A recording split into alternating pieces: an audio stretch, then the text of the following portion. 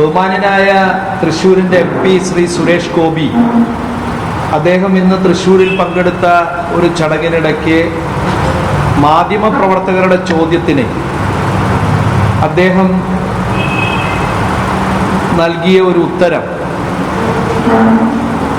ആ ഉത്തരത്തെക്കുറിച്ച് ഞങ്ങൾക്ക് പറയാനുള്ളത്, ശ്രീ സുരേഷ് ഗോപി അദ്ദേഹം വോട്ടർ പട്ടികയിൽ നടത്തിയ ക്രമക്കേടിനെ സംബന്ധിച്ച് അദ്ദേഹം മറുപടി പറഞ്ഞത് കണ്ണാടിയിൽ നോക്കിക്കൊണ്ടാണെന്നാണ് ഞങ്ങൾക്ക് പറയാൻ.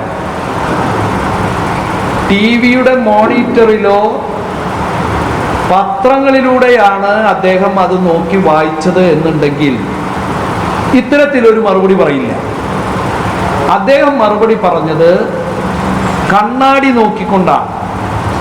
അതുകൊണ്ടാണ് അത്തരത്തിലൊരു പ്രയോഗം നടത്താൻ അദ്ദേഹം തയ്യാറായത്. ഇവിടെ പ്രത്യേകം ശ്രദ്ധിക്കേണ്ടത്, ഞങ്ങൾ ഉന്നയിച്ച ആരോപണം എന്ന് പറയുന്നത് ആരോപണമല്ല, അത് സത്യമാണ്. വോട്ടർ പട്ടികയിലെ ക്രമക്കേടാണ് ഞങ്ങൾ ചൂണ്ടിക്കാണിച്ചത്. ഇലക്ഷൻ കമ്മീഷൻ പുറത്തുവിട്ട ആ പട്ടികയിൽ അതിൽ ശ്രീ സുരേഷ് ഗോപിയും അദ്ദേഹത്തിൻ്റെ കുടുംബത്തിനുമുള്ള വോട്ടുകളെ കുറിച്ചാണ് ഞങ്ങൾ പറഞ്ഞത്. തെരഞ്ഞെടുപ്പിന് മുൻപ് ഇവിടെ വീട് എടുക്കുന്നു, അവിടെ താമസിച്ചു എന്ന് കാണിക്കുന്നു, അവിടെ വോട്ട് ചേർക്കുന്നു, വിജയിക്കുന്നു, MP ആകുന്നു, കേന്ദ്രമന്ത്രിയാകുന്നു, അദ്ദേഹവും അദ്ദേഹത്തിൻ്റെ കുടുംബവും അനിയന്റെ കുടുംബവും ഇവിടെ നിന്ന് പോകുന്നു. ബഹുമാന്യനായ രാഹുൽ ഗാന്ധി ഉന്നയിച്ചത് ഇത് തന്നെയാണ്.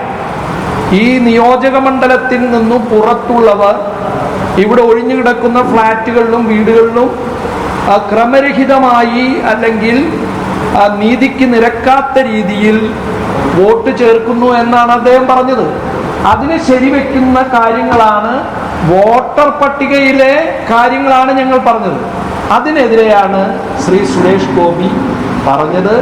അദ്ദേഹം വാ തുറന്നിരുന്നില്ല എത്ര ദിവസം, ഇപ്പൊ വാ തുറന്നത് ഇത്തരത്തിൽ തൃശ്ശൂരിലെ ജനങ്ങളെ അപമാനിക്കുന്ന തരത്തിലായത് വളരെ ഖേദകരമാണ്.